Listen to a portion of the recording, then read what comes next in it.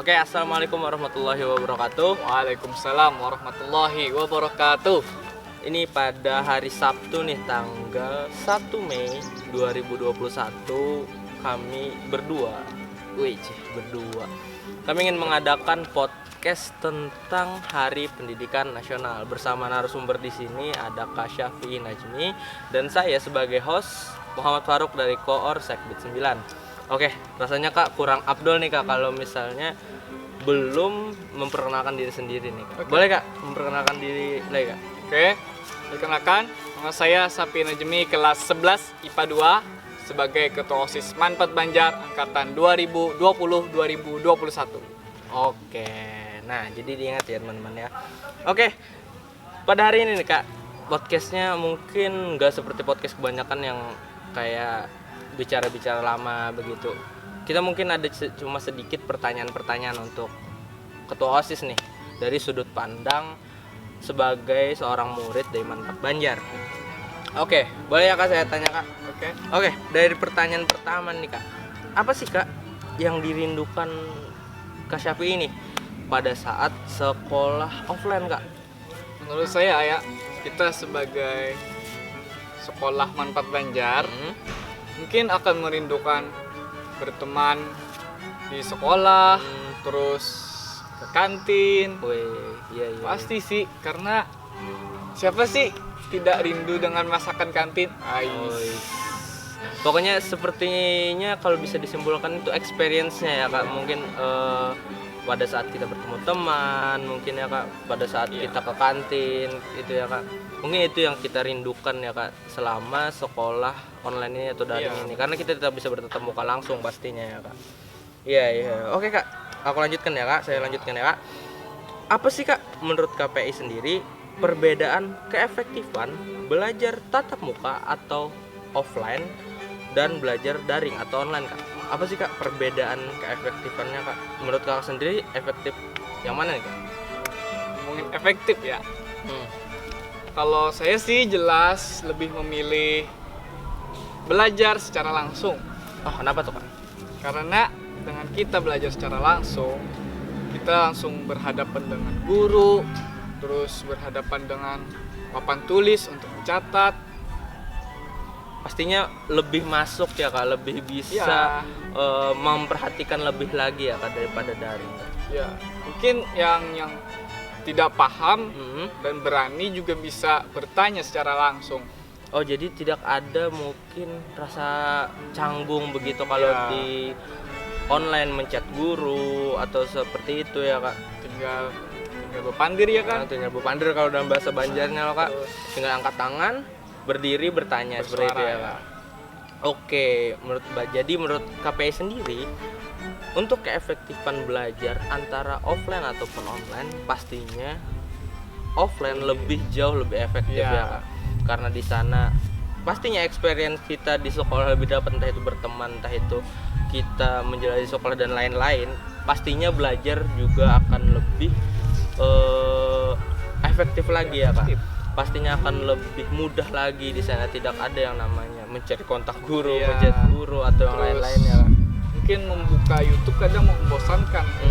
Apalagi YouTube-nya itu menitnya panjang. Oh, jadi kalau misalnya di di online sendiri bisa jatuhnya membosankan kalau misalnya kita mendapatkan pelajaran penjelasan dari YouTube atau media-media video. Oke, ini maaf kita cut sedikit karena hari yang mulai panas. Jadi kita pindah nih backgroundnya nih, kita pindah tempat nih. Oke Kak, untuk itu tidak usah dipikirkan mungkin ya Kak. Kita akan lanjut ke pertanyaan berikutnya. Kita akan lanjut ke pertanyaan keempat. Bagaimana sih Kak dari menurut KPI sendiri nih Kak? Kan KPI ini sudah menjabat sebagai Ketua OSIS dan pastinya menjadi bagian dari murid Manfaat Banjar sendiri Kak. Bagaimana sih Kak cara KPI sendiri nih membagi waktu antara itu belajar dan organisasi Kakak sendiri? Silahkan bisa dijawab Pak. Mungkin menurut saya nih, karena kita seorang pelajar pasti memiliki jadwal untuk belajar, dan di sana kita memaksimalkan untuk belajar. dan bisa juga untuk diulang kembali, karena itu tuh sangat penting loh, mengulang pembelajaran agar bisa memahami, dan organisasi mungkin bisa diselingi karena kita memiliki anggota, bisa juga kan berdiskusi masa kegiatan bersama anggota kita juga gitu. Jadi tipsnya mungkin ya pinter-pinter lah Kak membagi waktu mungkin ya Kak, dan pemaksimalan dalam jadwal yang ada. Begitu teman-teman. Jadi tips dari KPI sendiri adalah pemaksimalan waktu dan harus efektif dalam belajar, karena KPI di sini juga sebagai ketua dari sebuah organisasi, pastinya beliau sendiri sangat padat jadwal-jadwalnya, dan beliau alhamdulillah sampai sekarang masih bisa nih meimbangi antara itu belajar dan organisasi. Begitu ya Kak. Oke, kita akan lanjutkan ke pertanyaan kelima. Pertanyaan kelima, bagaimana Kak, ini tips dari KPI lagi sih jatuhnya, kita minta-minta aja nih, waktu KPI-nya juga ada di sini. Tips agar bisa bersaing Kak di pendidikan yang sekarang Kak, di sistem pendidikan yang sekarang Kak. Bagaimana Kak tips bersaing di sistem pendidikan yang sekarang? Tips bersaing menurut saya ya, dalam pendidikan. Bagaimana tuh Kak? kalau kita sebagai pelajar tentu tidak ingin tidak naik kelas kan? Pastinya. Ya mungkin menurut saya nih, ya nggak tentu belajar saat jadwal doang gitu. Kita bisa aja berdiskusi dengan teman yang misalkan ada teman pandai matematika, izin bertanya, betak-untak, ya bertanyalah kalau tidak Sebenarnya paham. tadi betakun-takun ya Iya. Kak. Iya. Tidak paham, misalkan bahasa Inggris, kita bertanya pada orang yang bisa bahasa Inggris. Oh, jadi di sini tips dari KPI adalah selain kita juga memaksimalkan dari waktu kita belajar tadi, kita juga harus memaksimalkan link atau teman-teman Ya, kita yang benar. ada. Di saat itu kita punya juga pasti simbiosis mutualisme ya Kak. Ya, Di saat kita mungkin bisa belajar fisika atau matematika dan teman kita bisa bahasa Inggris, di sanalah kita bisa mungkin saling berbagi bertukar lah, ilmu ya. lah ya, berbagi ya Kak. Di sana tipsnya adalah juga selain kita harus memaksimalkan waktu belajar, untuk kita bisa juga bersaing pada sistem pendidikan yang sekarang adalah kita harus pinter-pinter nih bertanya dengan teman, jangan pernah malu. Ya. Dan pastinya itu akan membawa kita ke istilahnya jenjang pendidikan yang lebih baik lagi. Kalau begitu. pikiran saya nih, Apa tuh Kak? kita tuh bersaing itu bukan di ilmu, pendidikan. Ilmu tuh beda. Apa nih Kak menurut KPI sendiri perbedaan ilmu dan pendidikan sendiri? Kalau ilmu tuh kayak kita Hmm. bertanya, ibaratnya kata pepatah itu ya, ilmu semakin banyak ilmu kita semakin merunduk. Oh, oke. Kalau pendidikan sendiri Kak bagaimana Kak? Kalau pendidikan itu menurut saya ya sangat rata-rata nih ya, Hmm. pendidikan di mata orang itu berdasarkan nilai. Oh, iya. Oke. Mungkin kita lanjut aja nih Kak. Ya. Oke Kak, kita lanjut ke pertanyaan ke-6. Pastinya kita di saat pandemi, nggak mungkin di saat pandemi juga sih, di entah itu offline, online, di saat belajar karena ini hari pendidikan, kita pasti juga pernah merasakan rasa malas. Ya betul.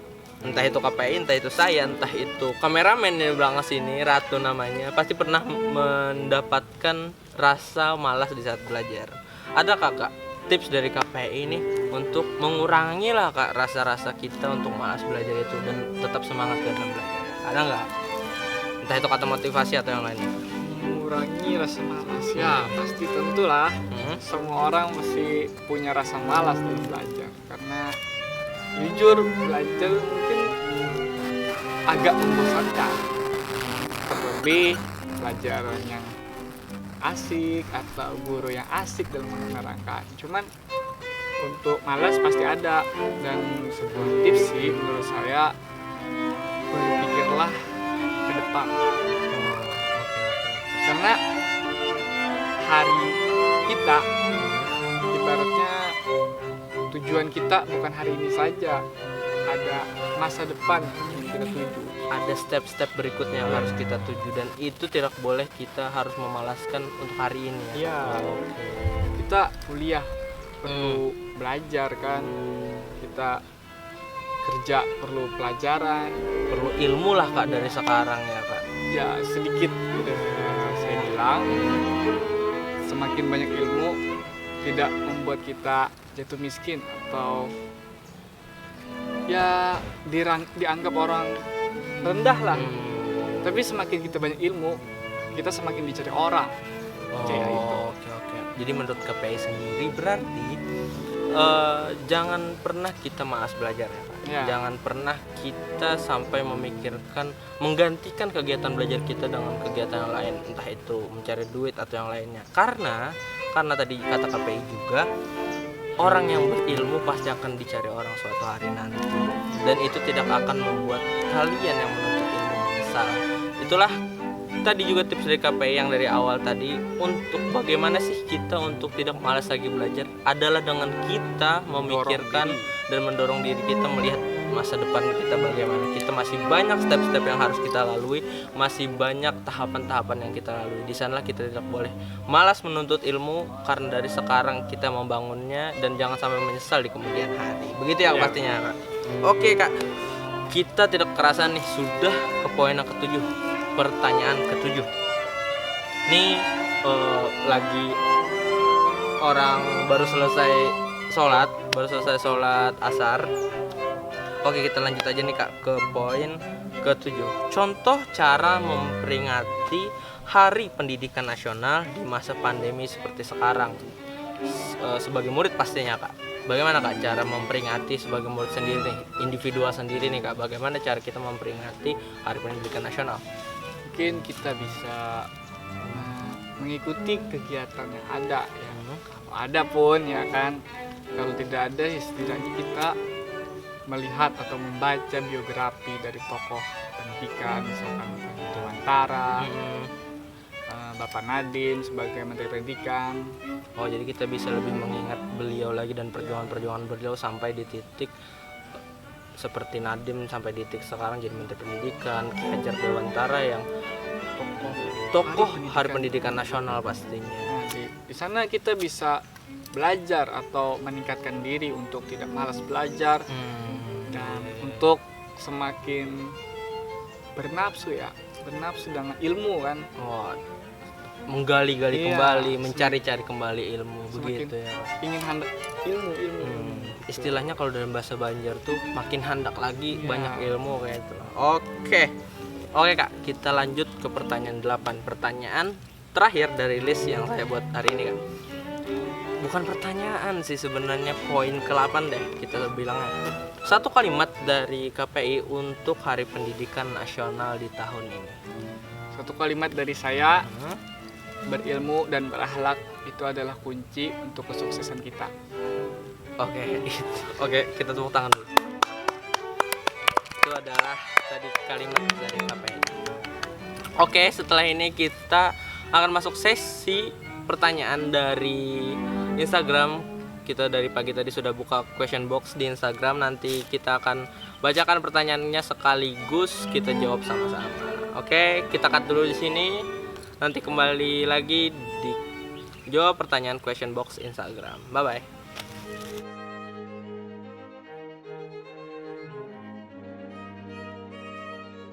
Oke, kita sampai di menjawab question box Instagram. Nanti kru di belakang akan membacakan pertanyaannya dan kami berdua dari perspektif murid pastinya akan menjawab pertanyaannya. Kami bukan ahli di sini tapi kami ingin menjawab karena apa yang kami tahu karena ada juga pertanyaannya di question box Instagram. Oke, lanjut. Pertanyaan dari Erma Nurina. Oke, Erma Nurina. Kenapa pendidikan di Indonesia ini tertinggal sangat-sangat jauh dari negara lain?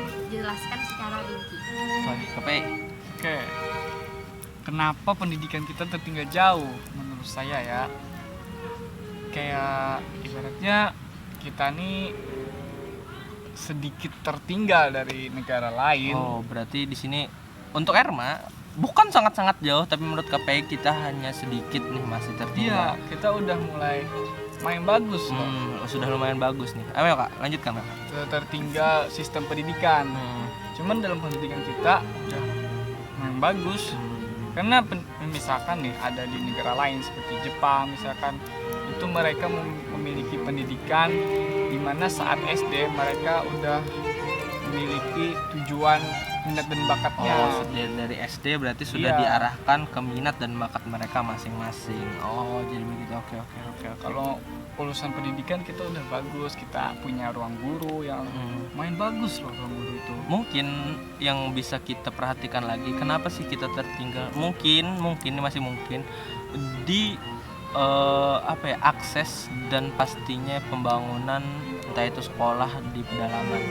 Karena sulitnya akses di pedalaman untuk ke kota itu yang menjadikan mungkin anak-anak di pedalaman Indonesia malas untuk menuntut ilmu karena jauh dan pastinya itu menyusahkan.